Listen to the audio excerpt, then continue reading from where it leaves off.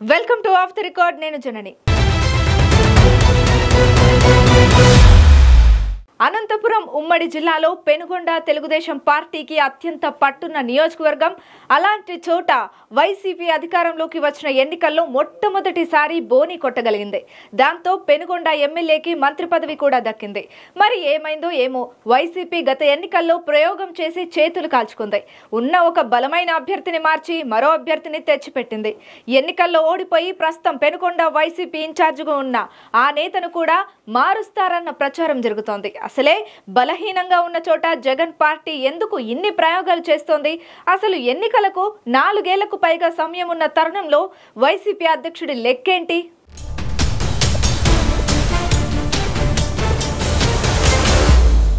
శ్రీ సత్యసాయి జిల్లాలో పెనుగొండ నియోజకవర్గానికి ఒక ప్రత్యేకత ఉంది. పెనుగొండ నుంచి టీడీపీ అనేక సార్లు అప్రహితంగా గెలిచి ఆ ప్రాంతాన్ని తన కంచుకోటగా మార్చుకుంది.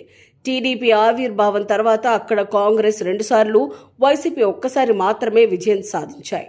పెనుగొండ నుంచి పరిటాల రవీంద్ర 3 సార్లు వరుసగా విజయం సాధించారు. ఆయన దారుణ హత్య తర్వాత రవి భార్య పరిటాల సునీత ఒకసారి పెనుగొండ నుంచి గెలుపొందారు. మొత్తంగా ఇప్పటి వరకు 8 సార్లు పెనుగొండ నుంచి టీడీపీ విజయం సాధించింది.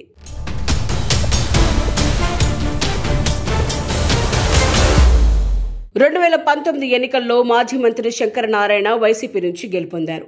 ఆ తర్వాత పరిణామాలు మారిపోయాయి. 2024 ఎన్నికల్లో మాజీ మంత్రి శంకర్ నారాయణని కాదని కళ్యాణదుర్గం నుంచి వలస వచ్చిన మరో మాజీ మంత్రి ఉషశ్రీ చరణ్ కు వైసీపీ అధ్యక్షుడు జగన్ టికెట్ కేటాయించారు. కానీ 2024లో ఉషశ్రీ చరణ్ ఘోర పరాజయం పాలయ్యారు. ఇక అప్పటి నుంచి పెనుగొండలో ఉషశ్రీ చరణ్ వైసీపీ ఇన్ఛార్జిగా హడావిడి చేస్తూ పార్టీపై పట్టు పెంచుకోవడానికి నానా పాట్లు పడుతున్నారు.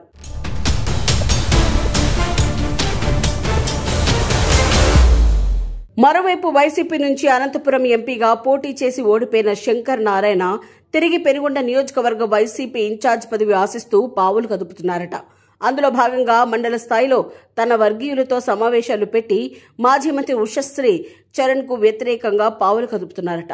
పార్టీ అధ్యక్షుడు జగన్ ఇతర పార్టీ పెద్దల వద్దకు వెళ్లి నియోజకవర్గ ఇన్ఛార్జ్ పదవి శంకర్ నారాయణకే ఇవ్వాలని పెనుగొండ సెగ్మెంట్ పరిధిలోని మండలాల నేతలు ఒత్తిడి తెస్తున్నారట. అందులో భాగంగా సోమందేపల్లి, గోరంట్ల తదితర మండలాల్లో శంకర్ నారాయణ వర్గీయులు రహస్యంగా సమావేశం నిర్వహించి తమ డిమాండ్ని అధిష్టానం దృష్టికి తీసుకెళ్లినట్లు తెలుస్తోంది.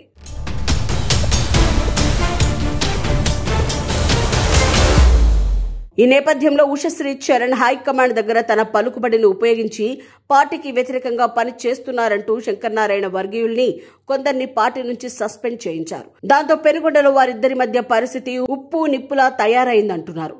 ఎప్పుడో వచ్చే ఎన్నికల కోసం వారిద్దరూ అలా కుస్తీ పడుతూ ఉంటే ఇటీవల వారిద్దరికి పోటీగా 3వ వ్యక్తి సీన్లోకి వచ్చి ఇన్ఛార్జ్ పదవి కోసం పోటీ పడుతున్నారట.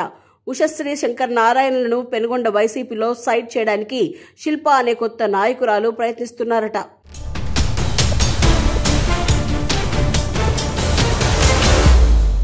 సడన్ గా ఈ శిల్ప ఎవరు అనుకుంటున్నారా? 10 ఏళ్ల క్రితం పెనుగొండలో ఒక వెలుగు వెలిగిన కాళేశ్వరం బాబా సతీమణి ఈ శిల్ప. పెనుగొండలో సాయి కాళేశ్వర్ ఉన్నప్పుడు మంచి క్రేజ్ ఉండేది. ఆయన Shirdi Sai global trust chairman గా సేవా కార్యక్రమాలు కొనసాగిస్తూ మంచి పేరు తెచ్చుకున్నారు. ఆ సేవా కార్యక్రమాలు సాయి కాళేశ్వర్ ఆశయాలను మరింత విస్తృతపరచాలి అంటే రాజకీయాలే సరైన వేదిక అని శిల్ప నిర్ణయించుకున్నారట. త్వరలో వైసీపీలో చేరి ఇన్ఛార్జ్ బాధ్యతలు తీసుకోవడానికి ఆమె పావులు కదుపుతున్నారని శిల్ప అనుచరులు చెబుతున్నారు.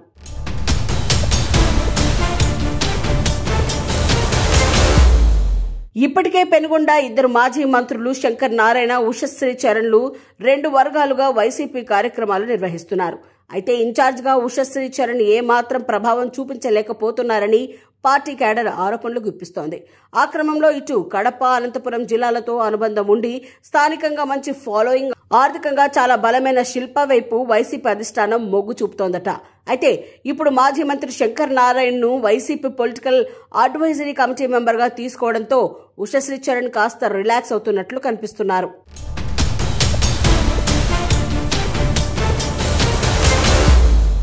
ఇలాంటి పరిస్థితుల్లో జిల్లా పార్టీ అధ్యక్షురాలిగా కూడా బాధ్యతలు నిర్వహిస్తున్న పెనుగొండ వైసీపీ ఇన్ఛార్జ్ ఉషశ్రీకి శిల్ప రూపంలో మరో తలనొప్పి ఎదురైందంటున్నారు.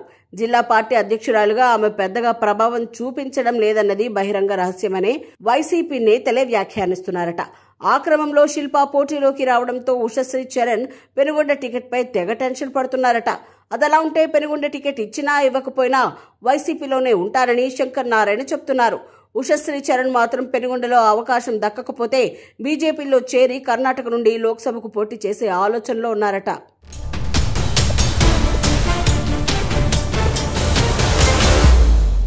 ఏమైనా శిల్పకు వైసీపీ ఇన్ఛార్జ్ బాధ్యతలు అప్పగించడాన్ని స్వాగతిస్తున్నామని పెనుగొండ వైసీపీ శ్రేణులు అంటున్నాయి. అయితే వైసీపీలోకి ఎంట్రీ ఇస్తారన్న ప్రచారాన్ని శిల్ప ఖండిస్తున్నారట.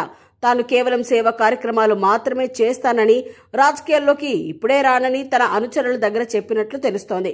మరి చూడాలి పెనుగొండ వైసీపీ ఇన్ఛార్జ్ బాధ్యతలు జగన్ ఎవరికి కట్టబెడతారో.